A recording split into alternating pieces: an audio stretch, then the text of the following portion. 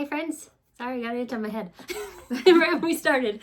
All right. It's okay. I'm a fidgeter. Yeah, me can't too. hold still. You probably have already seen me moving a lot. I don't sit very still either. We're back with another episode today, as you can tell, and we'll just dive right in here. Okay. Hello, Hi. our wonderful listeners. We're here with episode 68, and we're going to talk about standing up for what you believe. Yes. Can we vote that this year has been crazy? Crazy. Yeah. It's like it couldn't get any worse. We did that once. We had several years ago, we were going through a trial and we're like, Lisa, can't get any worse. And every time we said that, like something more terrible would happen. Kind of felt that way this year. Yes. So I've been thinking a lot about this topic lately in relation to my children. First, this is not a political episode in any way. So just know we're not going to talk political beliefs at all. But we're going to talk about the importance of learning how to stand up for what you do believe in. And I think that this is a really important thing to teach our children right now. The world is full of political statements and protesting and standing and fighting for what you believe in right now. And it's even attacking if you don't post the right thing. Yeah. Then you are against somebody or an organization. And it feels scary to share your opinion right now. Yeah. Like I saw somebody made an offhanded joke and it wasn't about race. It wasn't about, it was something really simple, and people jumped on and told them what a horrible human they are and just attacked this person. Yeah. They were like, whoa, oh, okay. So we want to talk about how to do this without attacking or arguing, but standing up in a gracious way, in a kind way, and helping our children know the importance of it and how to do it in a good way. Yeah, in a way that actually brings change and brings light instead of tearing another person or another organization down. Yeah.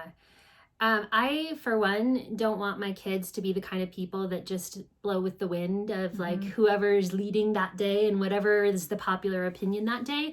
I want my kids to be strong enough and brave enough to be the leaders and to be leading with goodness, not just, hey, come follow me on this fun next adventure or whatever, but to stand up for their values and their morals and the things that I've been teaching them and want them to be an example of. Yeah, this is really, I love this because this is about teaching your children values and teaching them a beautiful way to share those values that uplift versus tear down. Yeah. Right? Yeah. And so, because I think people have done this before of there needs to be change, and they did it through love, through some beautiful ways versus vicious or violent or hurtful ways. Yeah. And when you can instill these things into your kids, and so it's a part of their character, they will live it, and they will live as kind and gracious and respectful people. And so that's generally what I want to talk about here, and some ways that you can do that and help your children to learn that. I'm generally a pretty private person. And when it comes to hard topics and hard emotions, I kind of just take a step back and try not to say anything or try not to stir up any trouble. And that comes from my childhood of living in a big family of lots of loud people. And I would always just try to be the peacemaker. And so I was like, I'll never say anything hard or controversial because that'll make someone yell or fight. And I don't want anyone to yell or fight. I like peace. And so I did everything I could all the time to create peace in my home as a kid. And I try to do the same in our home now. But there's not going to always be peace, and there's not going to always be happy thoughts and feelings. And so to learn how to stand up and say what you feel when it takes courage is not going to be easy. It's interesting too, when you look at through the scriptures, like Jesus himself and apostles and prophets, they had to stand up for truth and goodness, and it was not always well received, especially Jesus, right? He had tons of people who loved him and followed him, but more who did not. Yes, or people with a lot of power who did not. And so standing up for truth can seem frightening and scary, but at the end of the day and at the end of your life, like if you're looking back at it, are you going to be like, oh, I'm glad I blended in with the crowd? You know, I was talking about this with my mom on Sunday in our home church. Home church is fun. I love home church. I actually love it too. Favorite. And I love, my mom comes over to our house every Sunday for it. But we were talking about just that exact thing about how when Christ was on trial, he said nothing. He didn't fight. He didn't list all the points they were wrong, even though he could have, and he could have like, you know, struck them dead if he wanted to. He did nothing. He was peaceful and he was quiet, and just let them say their piece. And I think sometimes that's a really important thing also, is to just let there be peace. My grandpa was really, he's still alive. He's 90 something years old, and he's just this awesome person. And I remember one time we had somebody gossip about us and spread some lies about us. And I was talking to him and I was like, Grandpa, I don't know what to do. Like, do I call these people out? What do I do? And he goes, by your fruit, people will know like who you are. And so taking, like, if somebody said something untruthful about me and then you do good works, people will know that's untrue. Like, no, Meg would never do those things because I know her character. I know who she is. And so there's no reason to defend yourself when you believe in yourself and you're doing good. And you're living what you're saying. That's so important. Yeah. So here's a couple. So right now it might seem like the only way to get your voice heard is to go out and march and protest and yell, right? Yeah. That's not the only way. That's not the only way to stand up for something you believe in. Sometimes that's a good way, but that's not the only way. A couple of just simple things that you can do and you can teach your kids to do is to write a letter to a government leader. My son has done that a few times for for his Eagle Scout. He had to write to different political leaders, and he received letters back, and he was so impressed that they took the time to write him back. It was probably a staffer or something, but still, he did it, and he expressed opinions. You can sign petitions, you can write news opinion pieces, and volunteer for causes that you believe in and work for them. And like she was just saying, show it by your character, walk the talk and walk the things that you believe in. I think social media is a great way too, to be a light out there. Definitely. And right now, especially, things are so dark and hard right now, and there's so much bickering going on social media and on the news, everywhere you turn, basically.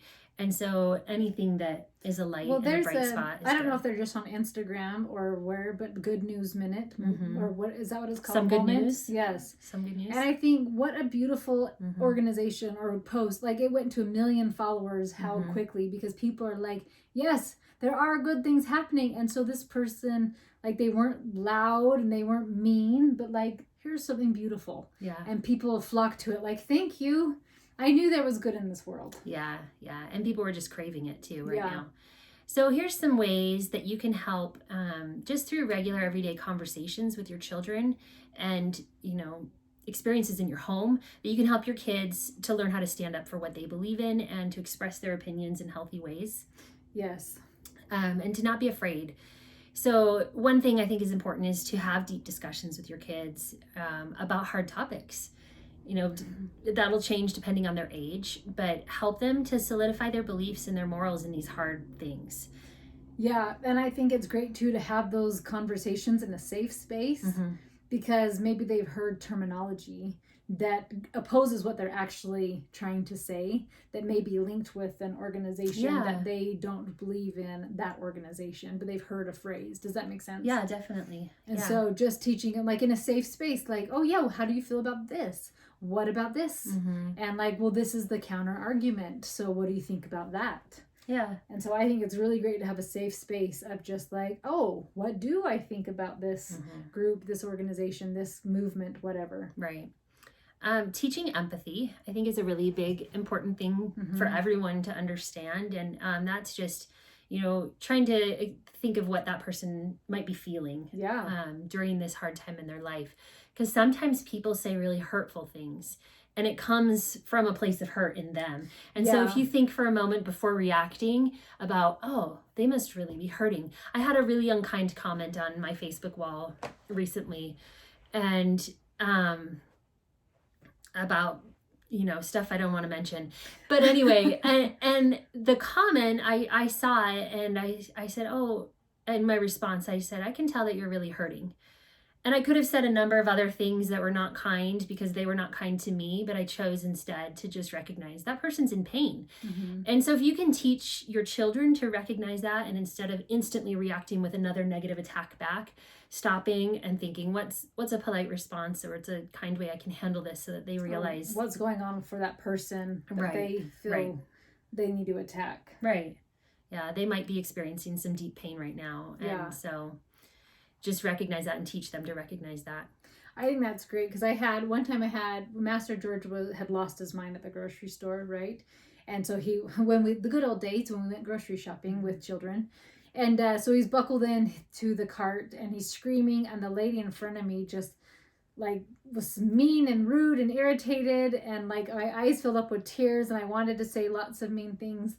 And I got home and I just I was able to think, what's going on with her, that she's so irritated with a 2-year-old that she felt the need to get after a mom. Mm-hmm. Like, she must have some serious stuff she's dealing with. Yeah. And that was easier for me to not take it so personally.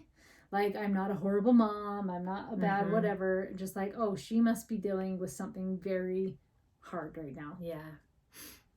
The next one I have is to teach them assertiveness, and just being able to like speak well and stand up and respond well, and the posture that they hold. I always think of you. Megan taught this class at our homeschool co-op, and this was one of her. What was that from? Stand up. It's for the 12 Rules of Life by Jordan Peterson, and the very first rule is stand up straight with your shoulders back.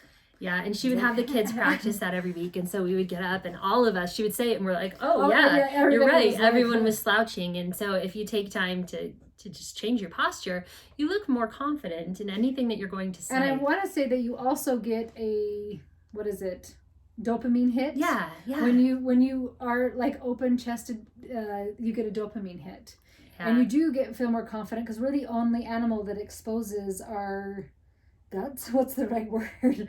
Like our core, but like every other animal's over and protecting their inside. That's interesting. And so to expose yourself like that and being so vulnerable and bold is very empowering. Yeah, I like that. What do I have? Oh yeah, teaching them how to say no to things that they don't want or don't believe in. Yeah, especially when pride's on the line, or embarrassment, a friend they really like. Yeah.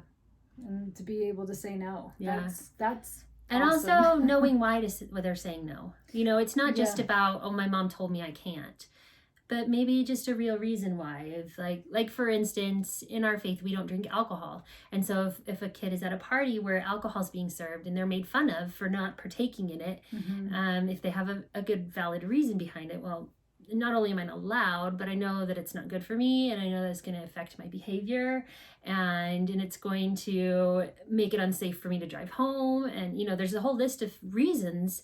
And so if they understand those reasons and why it's important for them to stand up for that belief. Yeah.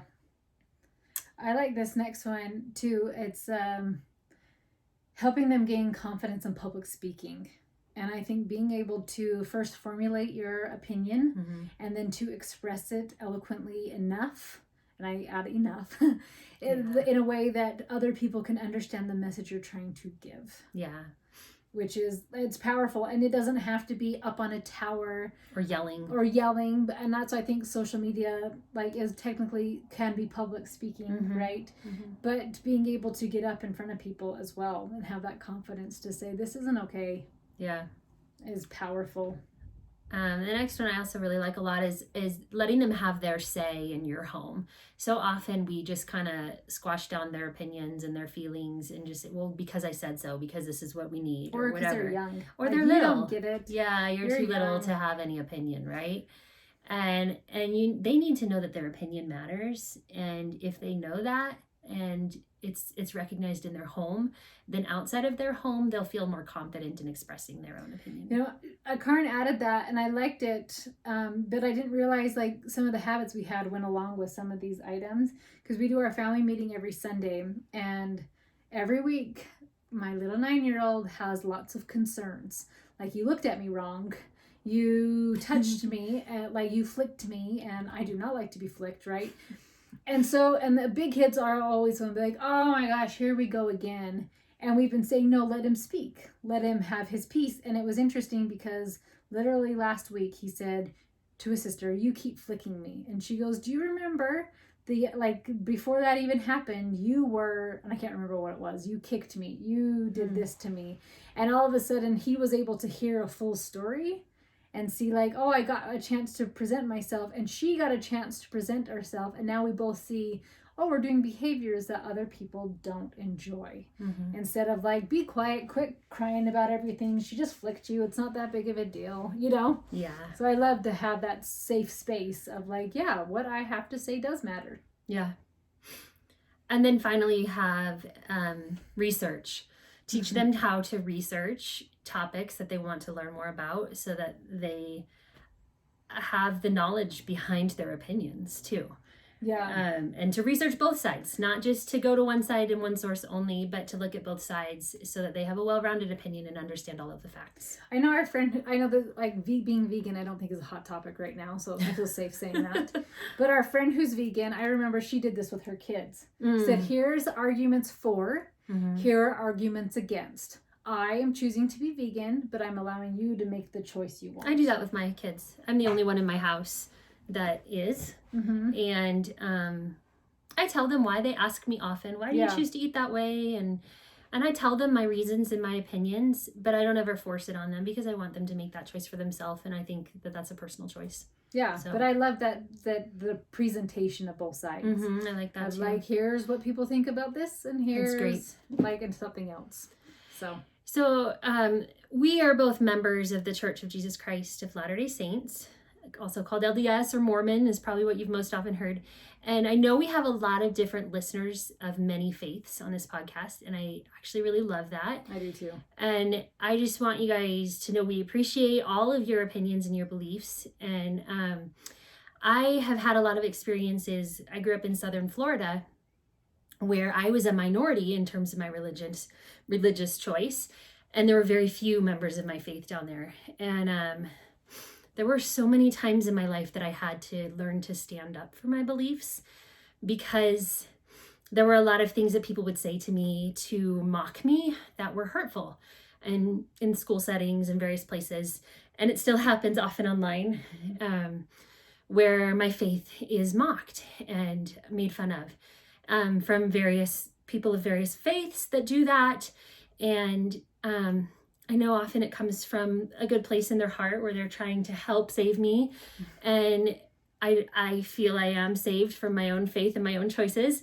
And so, you know, we all have our own differing beliefs there.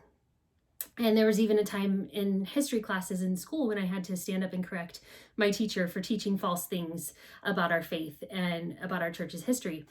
And it was a really hard thing for me. As I've mentioned often, I am not a person that really likes to stand up and express myself and express opinions and hard things. But this was something that really taught me a lot of courage and gave me a lot of strength and it was a huge part of what made me who I am today, because I had to consistently defend my beliefs and my choices. And it wasn't an easy thing as a teenager and as a kid to constantly be asked and teased for my faith. And so sometimes being a little different and having a choice like that can be a really good thing, even if you're different than others and your beliefs may vary, but that doesn't make it wrong to talk about. Yes, I actually have a new client who is Jewish. And so she asked me, are you okay that I'm not Christian? And I thought, yes, I'm okay that you're not Christian. And it was neat. The first time we talked, she actually told me a lot of what she believes and a lot of Jewish traditions. And so I loved that. And then I asked her, are you okay if I accidentally say Christ? Like, is it ever offensive? And she was like, oh my gosh, no. And so it was just this beautiful, like, I can be Jewish, I can be Christian, we can be friends, we can work together, and there doesn't need to be any anger towards one another. Yeah. And I think that in this world right now, we're seeing so much of, if you don't agree with me and my opinion and my way, you are wrong and you are evil. And this is one of the biggest things I want my kids to learn right now, is that we are all different on this earth. And we are all beautiful and amazing people, no matter what we think or believe or say or do or look like. Each one of us is special because of who we are. And we can talk to people that have different opinions and different beliefs and look different and still be friends with them. And it's okay. And I am okay with that. And I hope you guys are okay with it if we sometimes mention our faith, even though you may not believe the exact same way that we do. We still respect you for your choices, and we hope you'll do the same to us. Because I read books all the time from other Christians of different I do Christian too, and I love religions, it. and I think there's so much. And I learn so much goodness and truth from whatever faith it is that I'm learning about and studying. And I've taken I took a couple of world religion classes in college because I just really love to study different religions and faiths. And I spent time in Israel and got to learn about the Jewish faith and the Muslim faith, and I loved those times and the things that I've learned and the goodness I learned from each of those. And I think a good way to do this with school too is the kind of literature books you're reading. Someone like Corrie ten Boom, who saw something wrong with what was going on, and she stood up for her beliefs. Now, she did it in a way where she wasn't out with somebody with a gun, and she didn't run out there and just go, hey, this is wrong. But she did what she could. She made a hiding room and hid Jews and tried to protect them. Right. And the light that she was. But I think of William Tyndale. He wanted the Bible in English, and super grateful for him for having the courage to go through with that and translate it. And so I think there are a lot of times you can show through different literature books of giving them good, real people who were able to do this. Yes, and then give them that. Courage as well. I love that. To and we stand teach up so much through the stories that we read. And if kids can get that into their heart, you know, of like, this courageous person did this, and look how amazing they are, and look how they're remembered, and I can be courageous too, and I can stand up for something that I know is wrong or right or whatever it may be, and I can talk to somebody different than me and be nice to them. Yes. Yeah. And so I think, and then even having the question like, would I have the courage? So I think what Hitler did was wrong. I think everybody agrees with me on that. I don't think that's under attack right now. Hopefully not. But would I have the courage if that came to my community right now and that put my family's lives in danger? Would I have the courage still now? And those are really good conversations to have with your kids. Like, okay, let's pretend we just get invaded by another country. And they say this type of people is wrong and they want them out in a camp.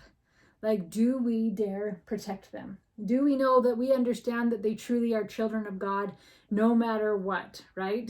So do you have the courage really to do that? And then you could even incorporate it with your school of giving like opportunities to stand up for goodness or truth, or sharing your values in a kind, tactful way. Right. So I think that's an easy way to incorporate that with homeschool. Yeah, I love that. And I think along with, let's see what I've got here, just it goes both ways. We need to not only be able to talk to people or share our opinions, but also to listen. I think listening is a huge part of it as well, because often we think we just need to get our opinion and express our opinion and get it out at those people so they'll agree with me. But it's a two-way street, and we need to be able to listen and take the feedback and listen to others' thoughts and opinions as well. Yeah, I think it was Jordan Peterson who went on a speaking tour, and he took a man with him who had different opinions than he did. And I haven't listened to all of these, but I believe my husband have. And so he would have these awesome discussions with very different points of view, and just saying like, I am pro this, I am not pro this, and being able to, and even not be, switched over to their way of thinking, but just being able to say, this is what I feel, think, believe, this is what I think, feel, and believe, and I can still respect you as a human, love you as a person, and it's okay that we differ in this opinion. Right. And I think that's really beautiful, to be able to listen to somebody and saying like, wow, you're really hurting. Why? Why is this so sad? Why is this so hard? Yeah, and when things are hard and when you feel like your character or your beliefs are under attack, it can hurt. It can hurt a lot. And it's really easy to just fight back and to, push back. And so if if you can give your kids opportunities or help them understand that when those kinds of situations arise, what's the proper way to respond and what's the proper way to handle this and express your belief in an appropriate way. Mm-hmm. So we hope this is giving you guys some courage to stand up for what you believe in, and some ways to teach your children to stand up for what you believe, and some ways to incorporate it into your school. Yes. Thank you guys so much for tuning in today. Have a great week. Bye.